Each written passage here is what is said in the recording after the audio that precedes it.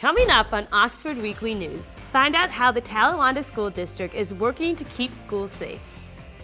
But first, Associated Student Government cut funding in half for campus organizations. Oxford Weekly News explains why.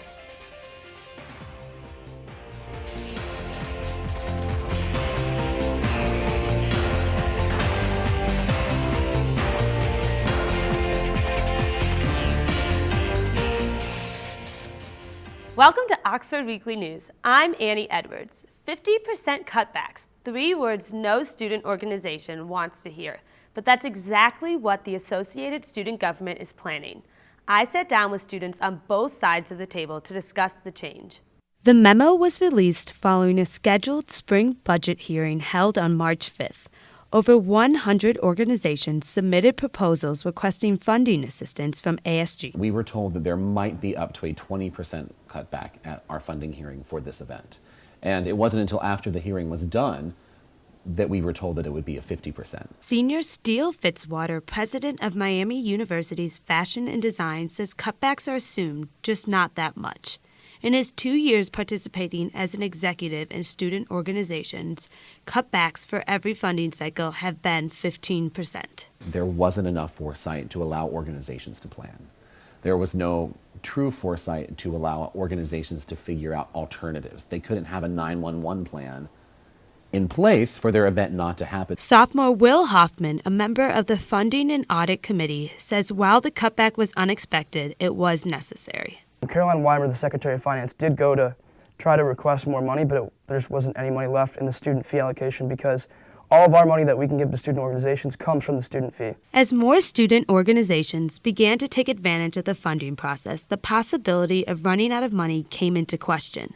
For this reason, ASG introduced the Red Brick reward system going into effect next fall. Organizations will be put into tiers based off of things they accomplish in each tier. We feel like in order to get this money, and in order to help solve this problem of being so limited on budget, that organizations will have to do a little more work on their end to help ensure the quality of what their events are better. In response to the memo, Fitzwater wrote a mass email to high-level administrators to make the issue known.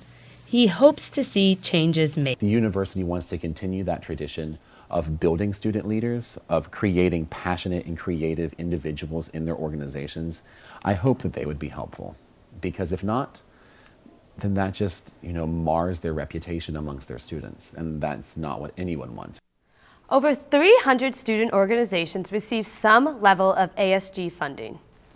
Funding isn't the only thing on ASG's agenda. The upcoming election for student body president and vice president has candidates working hard. Oxford Weekly News reporter Margot Austin joins us now to explain how ASG plans to ensure that all votes will count.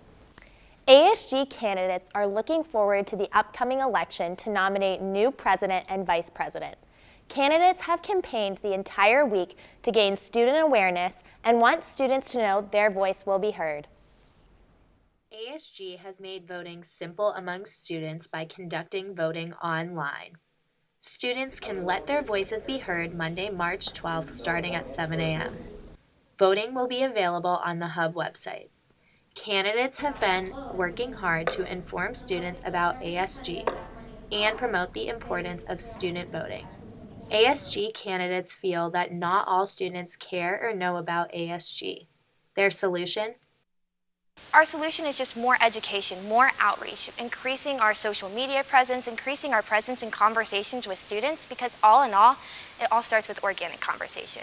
ASG candidates have spread awareness of what they will change on campus through both social media and through campus appearances. We run on these platform points so that students can choose what they want to be done on this campus. They choose what they value, and that can be reflected with your vote. Many students have no clue the power their voice can have on campus. So, kind of interesting, a lot of students don't know that Armstrong was actually built after an ASG initiative. It came from the students. So just really showing students that they do have a voice and they can be heard, and ASG is one of the ways to do that. Former ASG President Maggie Callahan reflects on her year of large influence on Miami's campus. I'm actually really sad now thinking back on my year and not my time since ASG has meant so much to me. I've been in ASG since my sophomore year, and it's really where I've found my group and the people that I really enjoy being around, and it's something that has really mattered to me, and I really care a lot about it. Like, ASG gives me that hope that, like, I think our future and our generation has so much to give. With excitement of the upcoming election, voter integrity is something the ASG elections will protect. According to ASG candidate Alex Boster, all voting is done online through Miami's Hub website and requires a Miami student login for voting. Miami students can cast one vote and will not be able to log back in and change their vote once their vote is submitted. Elections are taking place Monday, March 12th and Tuesday, March 13th. Results are expected on March 14th. Miami has been awarded nearly $20 million of state funding to use in the ongoing renovation and modernization of Pearson Hall. Pearson, home to the biology department at Miami, has not been renovated since it was built over 3 decades ago. The current renovation plan is estimated to cost over $30 million. School administrators are working to cover the additional funds needed to complete renovation. This May, Oxford citizens will have the chance to vote on a possible tax levy for the extension of the Oxford Trail. The walking and biking trail currently connects the black-covered bridge with the DeWitt log cabin on Miami's campus. The extension will continue the trail to Peffer Park. Following the Parkland, Florida school shooting, counties across the country are taking a look at how they can make their own schools safer, including here in Butler County. On March 16th, the Butler County Educational Service Center will be holding a roundtable discussion about safety in schools. Representatives from school districts across the area, including Talawanda School, will be there to share ideas. This is really a good opportunity to kind of reflect and look and see what else we could be doing within our districts as well. So, or what one district is doing that could be then applied to another district. Each one is different. There's not one right answer or one solution to the issues at hand. School officials say the meeting is an example of how officials are working together to prevent school shootings and keep our schools safe. Miami's Diversity Week kicked off Monday, March 3rd. One of the week's events was keynote speech by Dr. Damon Williams. Williams, a Miami alum, spoke about leadership and diversity. He says an inclusive campus is important for all students. Williams encourages using your passion to better the world. Coming up on Oxford Weekly News, we checked in on Greek life status following bid week. Stay tuned to find out which fraternities are now in the clear. We'll be right back.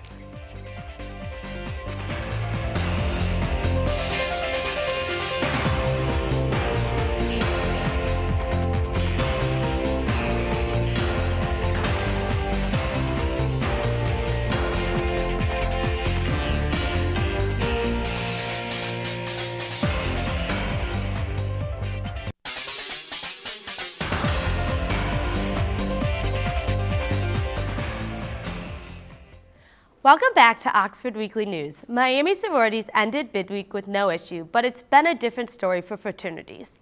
13 of Miami's 24 fraternities have been approved for social events.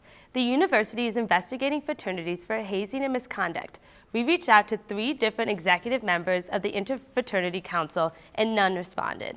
Miami Redhawks football fans will see a familiar face on the sideline for the next 3 seasons. Head football coach Chuck Martin signed a contract extension through the 2020 season. Martin has served as Miami's head coach since 2014. The Redhawks begin spring practice March 11th. A former Redhawk football player and current Philadelphia Eagles player will deliver Miami's spring commencement address. Brandon Brooks is a 2011 Miami graduate. He started on the offensive line for the Super Bowl championship team in February and was named to the NFL Pro Bowl earlier this year. The Milwaukee native played at Miami from 2008 through 2011. Miami's spring commencement will be held Saturday, May 19th at Yager Stadium. Coming up on Oxford Weekly News, a student a cappella group performs for a special cause. Find out why next.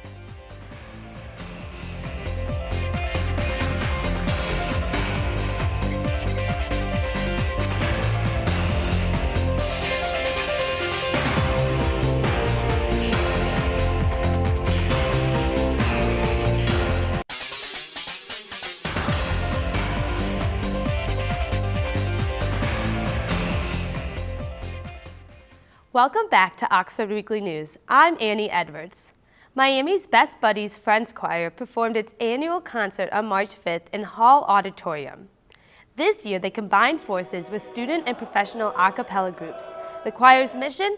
To help those with developmental disabilities foster friendship in the community. Nicole Serenity, co-president of the Best Buddies Friends Choir, says they are a big family. New members join every year. We have so much fun. It's all about having fun and enjoying yourself and loving to sing. You don't have to have any experience.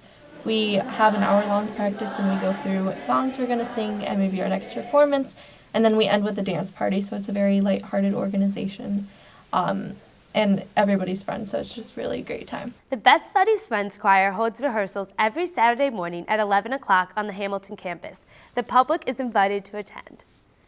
If you're looking for some culture from overseas for your last week before spring break, Voices from the Balkans might just be the thing. In this vocal and instrumental recital, students in the music department will be performing pieces in Bulgarian, German, and English. If you are looking for interesting things, there are some very interesting things about this concert.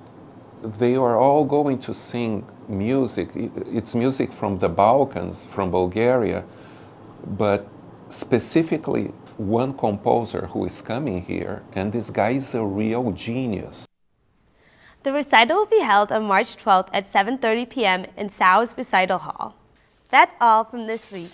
Thanks for joining us. I'm Annie Edwards. You can watch us online at our Oxford Weekly News YouTube page. Also connect with us on Instagram, Twitter, and Facebook. Search Oxford Weekly News.